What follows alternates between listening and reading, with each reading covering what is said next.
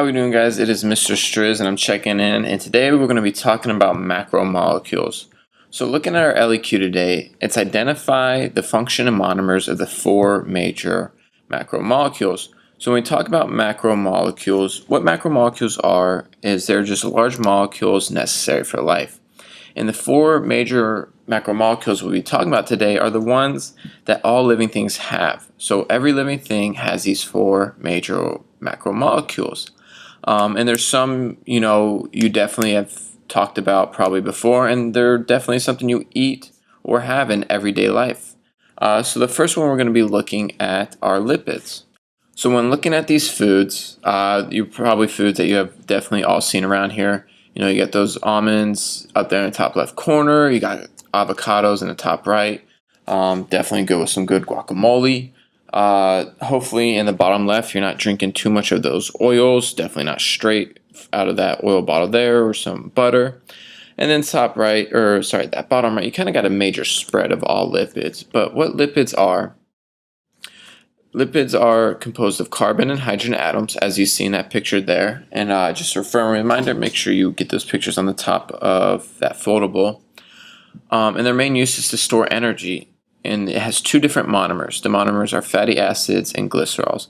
And make sure you take note of these monomers as we go throughout the video, because on your test and on that EOC, you'll definitely have to know what those monomers are and what they're composed of.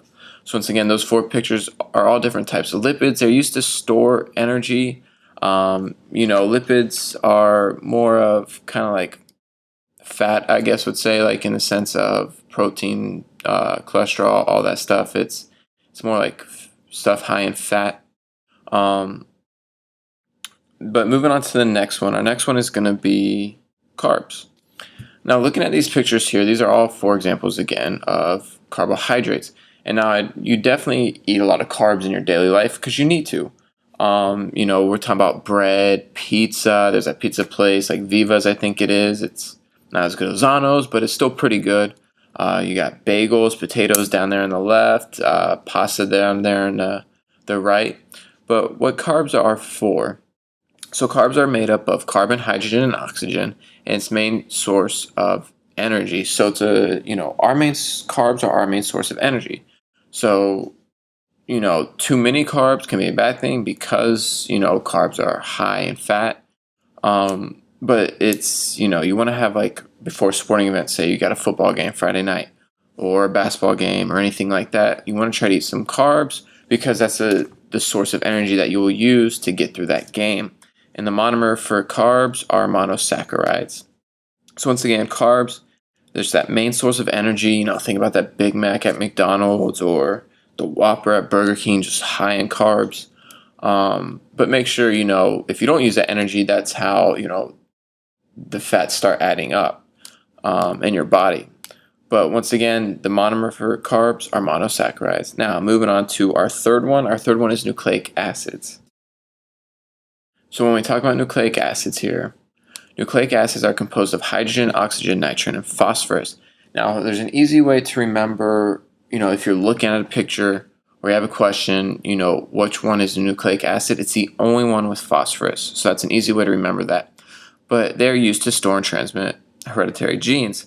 So we're not going to be looking at, heredity and genes till about the third or fourth quarter, I believe.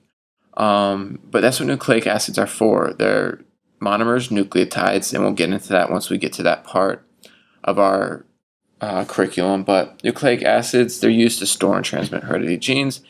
That's why you look like the way you are, whether it's from your mom or your dad, or, is your eyes from your mom, but your ears from your dad, anything like that. That's all because of nucleic acids and those monomers of nucleotides.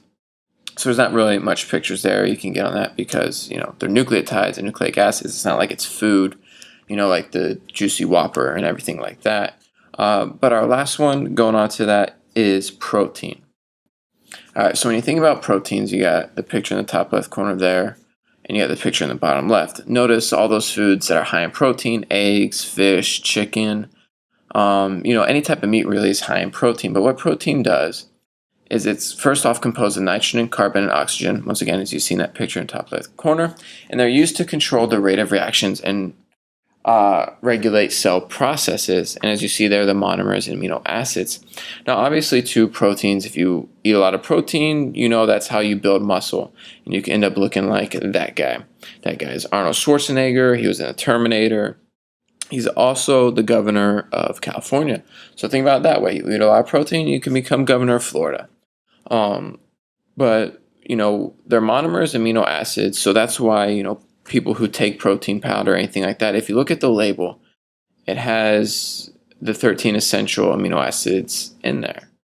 And those are branched chain amino acids or BCAAs, something, you would want to take with protein because it helps make protein. It's the monomer of it. It's what makes protein protein. But once again, protein composed of nitrogen, carbon, oxygen, used to control the rate of reactions and regulate cell processes. So that is our video today on our macromolecules. Remember those 4 major macromolecules you see in all of life because they are a necessity for life in general. And this is Mr. Shriz signing out.